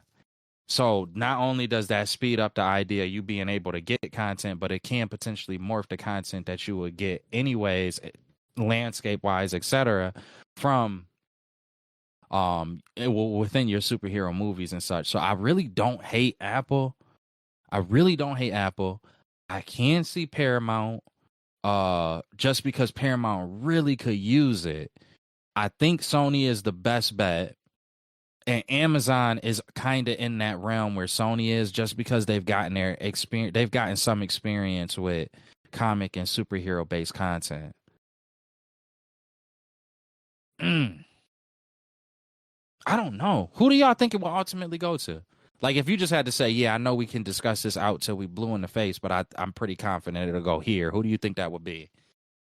Paramount. Apple, I think probably. Oh, go ahead. I mean, I was saying Paramount only because if Warner Bros. Looks at how maybe Warner Bros. Wouldn't even give a fuck, but if DC is like, yo, like, we see how y'all have Marvel looking with these bum ass movies, like we finna go somewhere where it's some niggas in charge that most likely know what they're doing, and I feel like Sony is not the place. So I'd probably say it's gonna be Paramount or Apple. I get that. I don't even know if I would disagree with that. Don't sleep on Amazon. That, like, I honestly feel like something in my gut is telling me don't sleep on Amazon, but I do kind of line up with you with Paramount and Apple being the likely lander of DC and etc. Sage, you said Apple. If it gets into a battle of truly how much money a nigga got, Apple has 3.47 trillion as its market cap as of September 2025. Amazon is 2.23 trillion. What the fuck? Who just bought is, I ain't buy an iPhone in 2 years. Yo, fuck the movies. It's homeless. It's people hungry out here. You said trillion? trillion. These Really? niggas out here. What is people? What did Apple do? like I'm not even trying to be. I ain't trying to discredit them. I know they big dog, but like, did they make a chip that everybody is using? Like, they got a microchip or something? Hey, bro. 3 trillion. They had a stranglehold on the industry for quite some time, but now people are poor. People are poor right now. Who is buying 1,200? And these niggas like, should I buy Batman and Superman, or should I help out this town in Detroit where the kids got to eat free lunch because they ain't got shit at home? Batman. I'm gonna go buy Batman and Superman. God, bro, yo, I know they make money, but like, fam. So that 50 billion is like, just take this 50 billion, nigga, so we can just make this money back. Yeah, it's literally next nothing. 20 years. Oh my God! See, I'm thinking they was. Damn, go ahead, Rob. Who would have more to build? Apple, which is we're starting to see a shift within the smartphone culture, where a lot of people are like, all right, these iPhones is cool and all, but it's the same shit. Like, I'm actually seeing people enjoying their phones. There's different concepts of phones. They're bringing back the flip phone with the flat screen, all of these things with Samsung, and niggas don't care about that green button shit no. So once that loses, that's going to be one of their biggest industries. I don't know what other industries. I'm pretty sure it's probably some other shady shit. But they still make some. They still like. It's not necessarily the technology that they make that I feel like has got Apple to the point that they're at, more so as it is the uniqueness of the technology that they make. Like that, like, to give you an example of what I mean, one of the things that T and I was talking about this a little bit before, but like, as an in-between, if I were to just go get an M4 Mac Mini, it would do a lot for me. Like, it might not be able to do everything that I want, but it'll do a lot for me.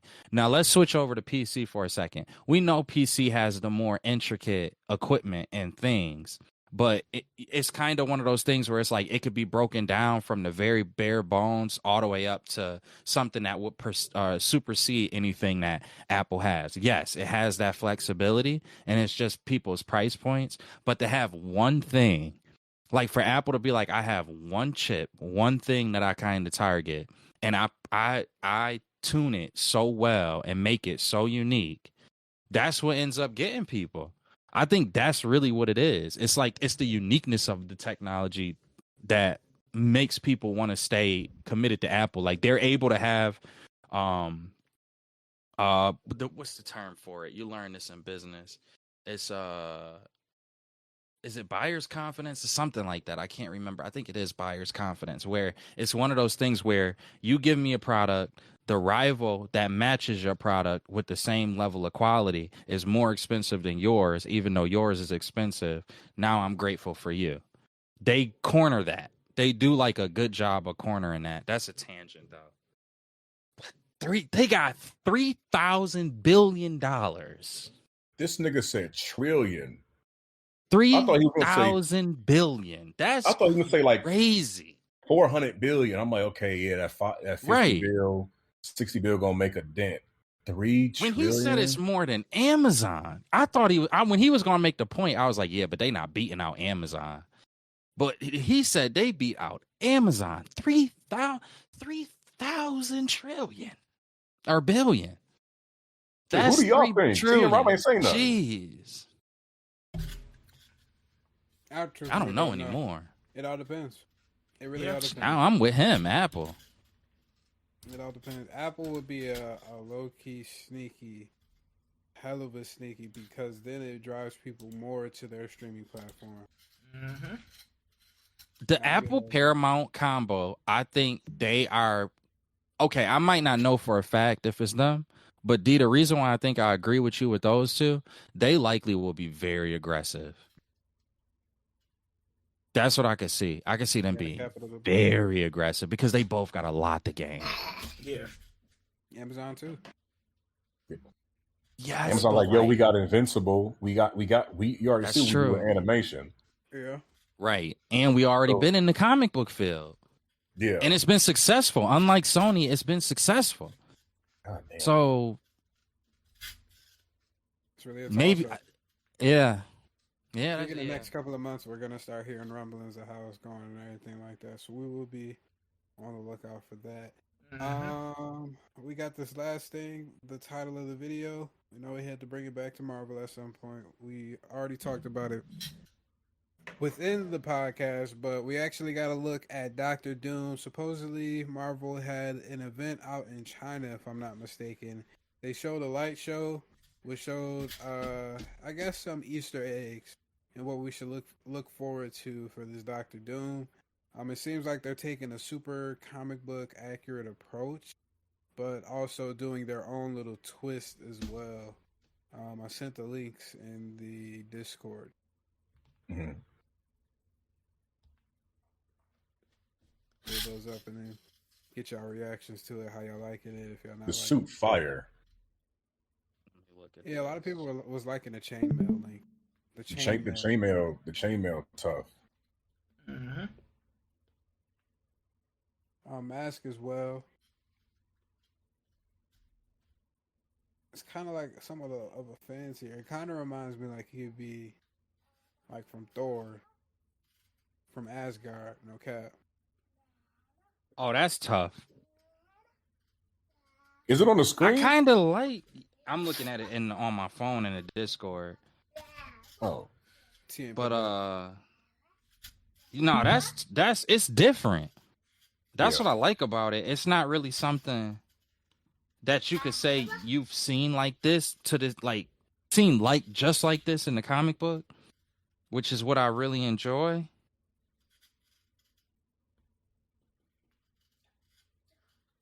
That Chrome, they got that Chrome going. Chrome. That shit gonna be crazy. And I feel like his suit, like, especially when you see it in the movie, he's supposed to be a master at, obviously in the comics, master at mysticism and science. But his armor is enchanted too, so I'm really wondering what's that even gonna look like once they get this like when you.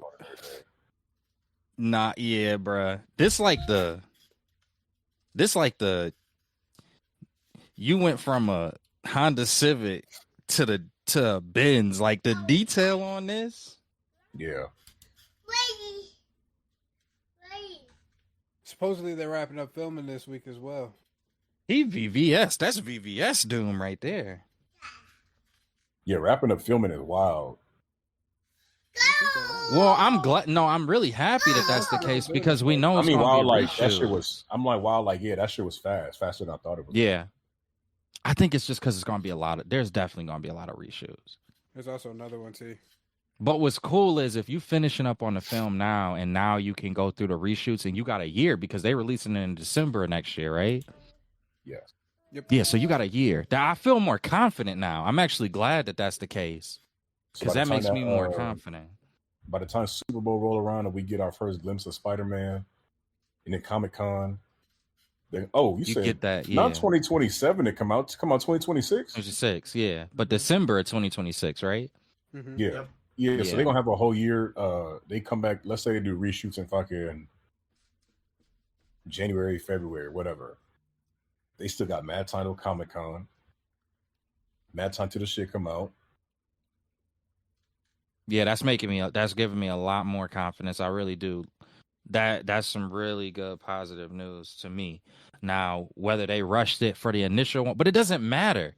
Even if you did rush it and you got to do a year worth of reshoots, you got the time to do it.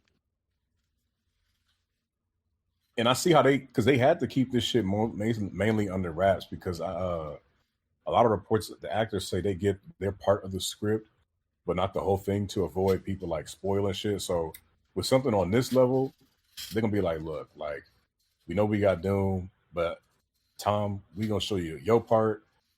Fantastic Four niggas, this is your part because I don't want y'all getting no interviews like the nigga Nightcrawler talking about some I hit Pedro Pascal over the head, and they're like, yo, like nigga, you ain't have to say that at all.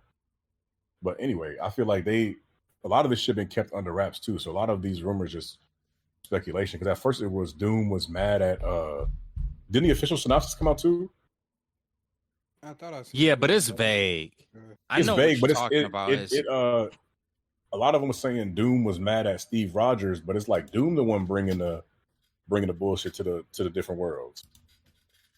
And that synopsis that came out. So the way that they phrased it, yeah. But that's the thing. It's like it's one of those things where it's like we kind of already knew that was going to be the end result. Are they just making a synopsis around like the end result?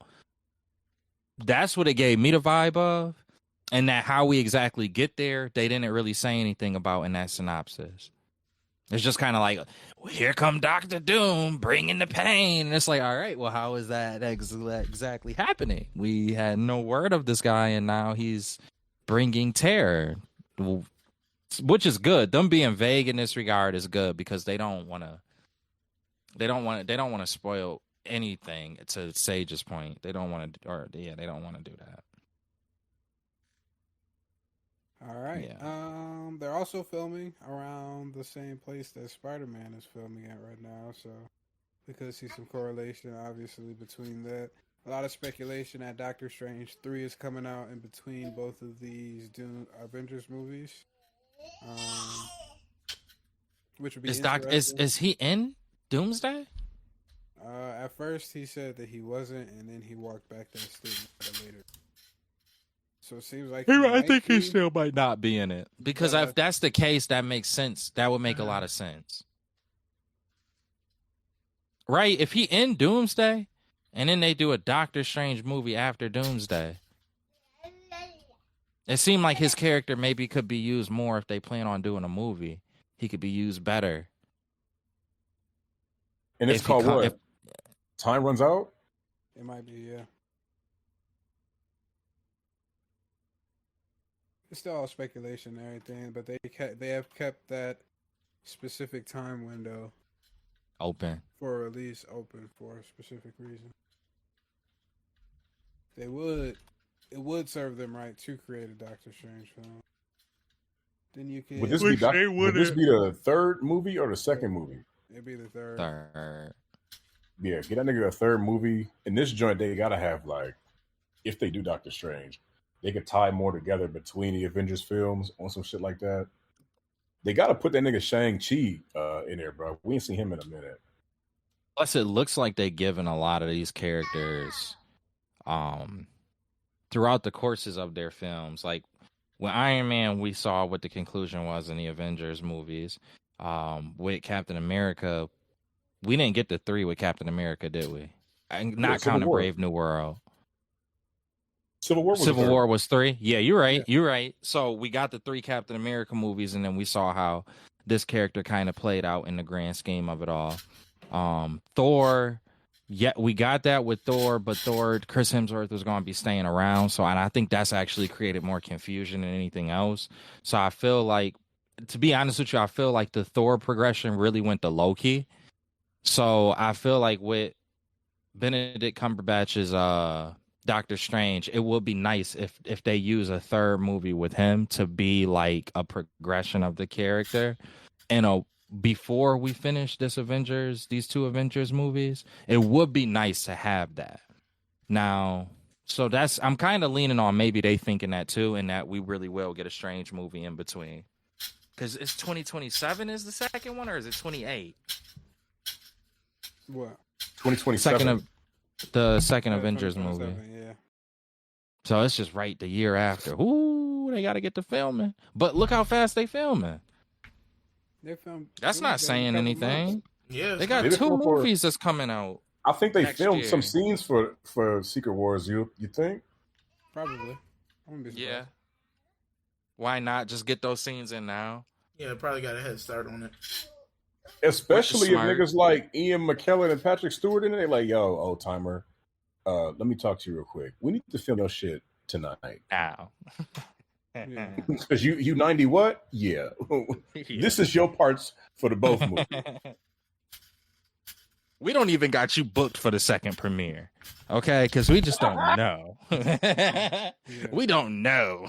We don't even have y'all premiere tickets for Secret Wars. Y'all film now. Yeah. No, they probably are doing things like that. And then there's also, you know,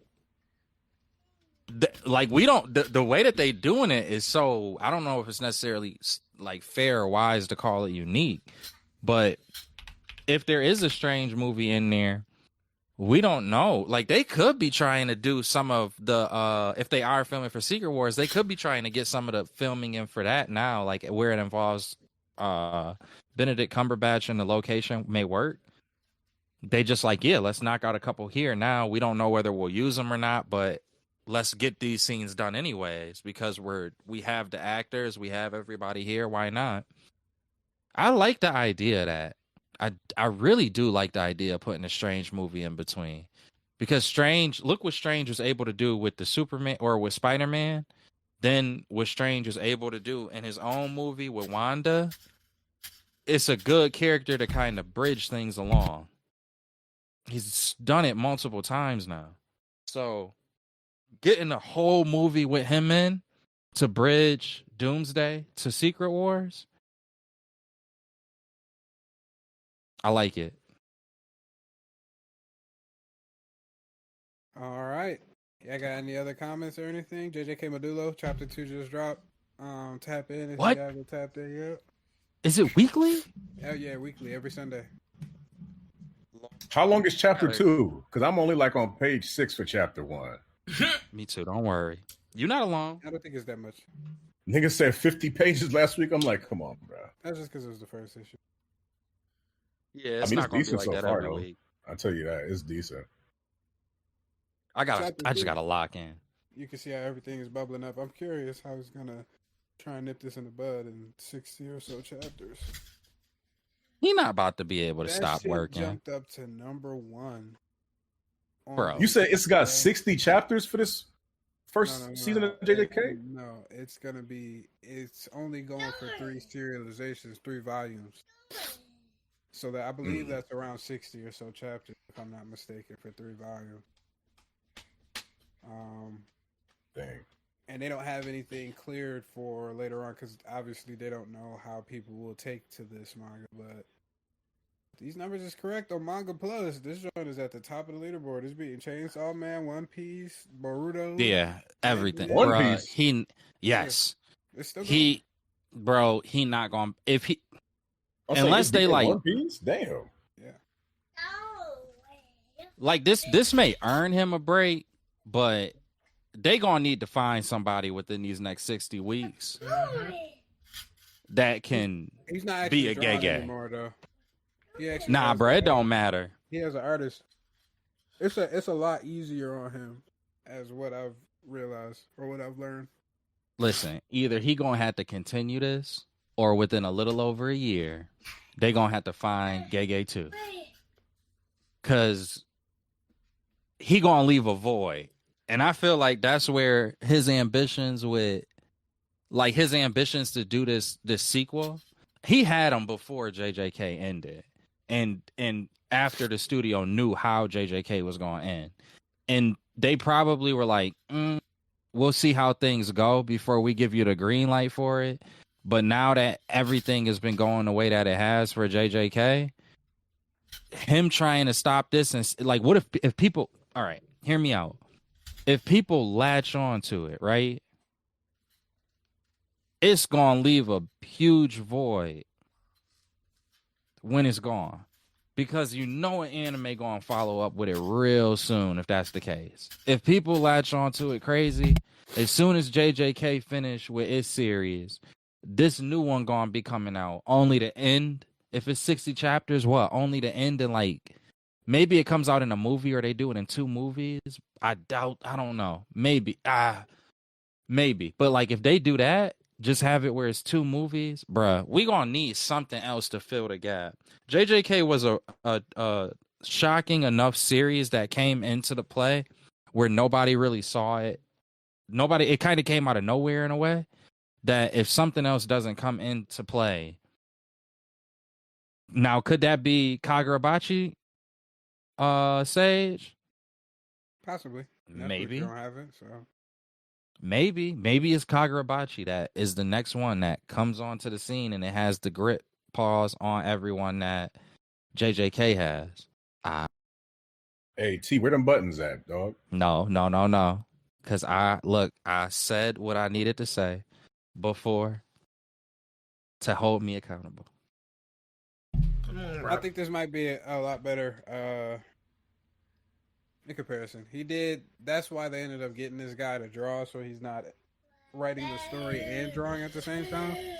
So I think this might be a better, more fleshed out version of JJK than we could have had. And hopefully it gets pushed for even longer, but not too long where the artist is just pulling shit out of his ass. Hopefully. I know them studios want it. Yeah. And I know the manga Mappa series. Yeah, well, yes, I know that for sure. But even Shonen and the magazine serialization company, whatever that's supposed to be, I can't think. I know what it is. I just can't think of what it is. Mm-hmm. I know that they gonna want that. Dude, it's a big series. Like, it's a really big series. And then it's kind of like your writer who made the series coming back and flirting with you with it for 60 more chapters, only to leave again, and you have nothing that has the same level of impact. That sounds like a dilemma.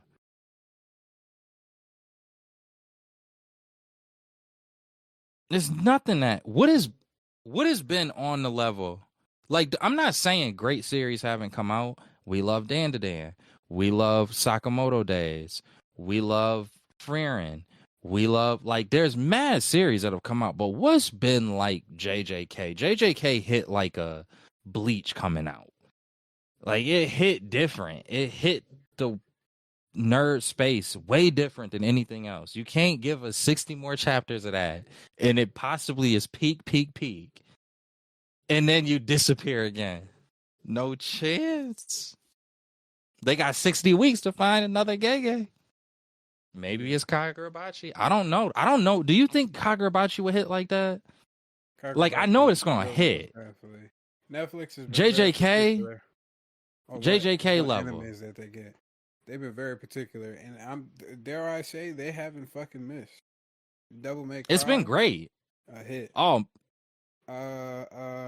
What's it called? Sakamoto Days. A hit, at least from my estimate. Dan to Dan is Netflix too, right? Nah, I think Dan to Dan has a Crunchyroll deal as well. I watch it on Crunchyroll. Okay. Gachi Akuda. Wait, which anime is a Crunchyroll deal? Which anime?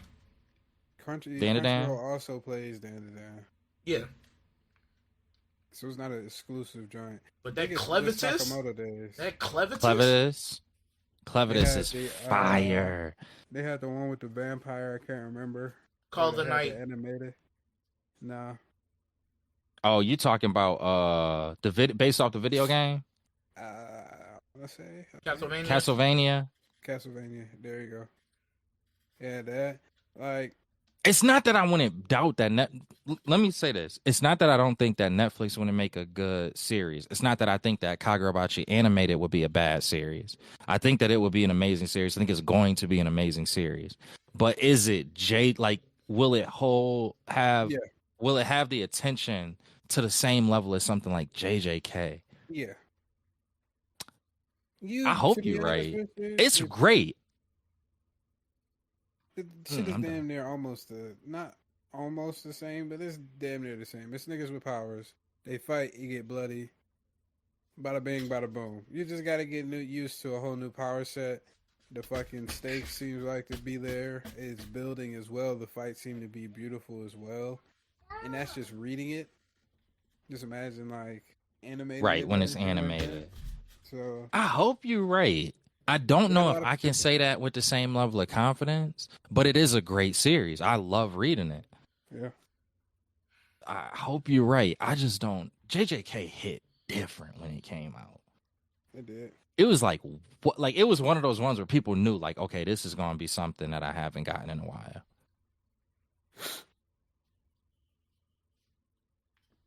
All right. Do we have anything else that anybody would like to bring up? Nope.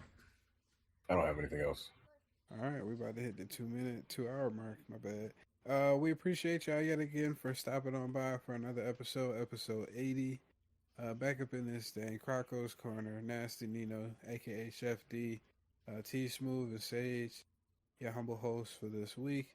Y'all have a good rest of y'all week, and we'll be back next week to give y'all another episode with some more information and news that comes out for y'all. All right, y'all be easy, stay safe out there. Peace.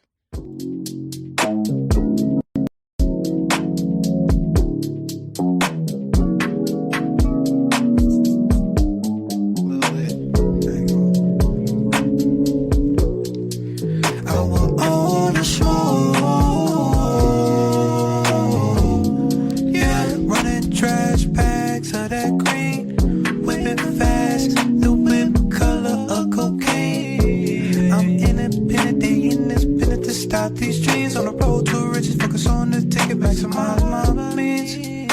It's like now I'm just trying to float. There's a couple holes up in this boat. Dose my mind just so I can cope. They focus on the dollar, feel like I'm a migrant, just touch a new island. Every time I smoke, regardless, ain't no way I'ma miss my target when I got it locked up in my scope.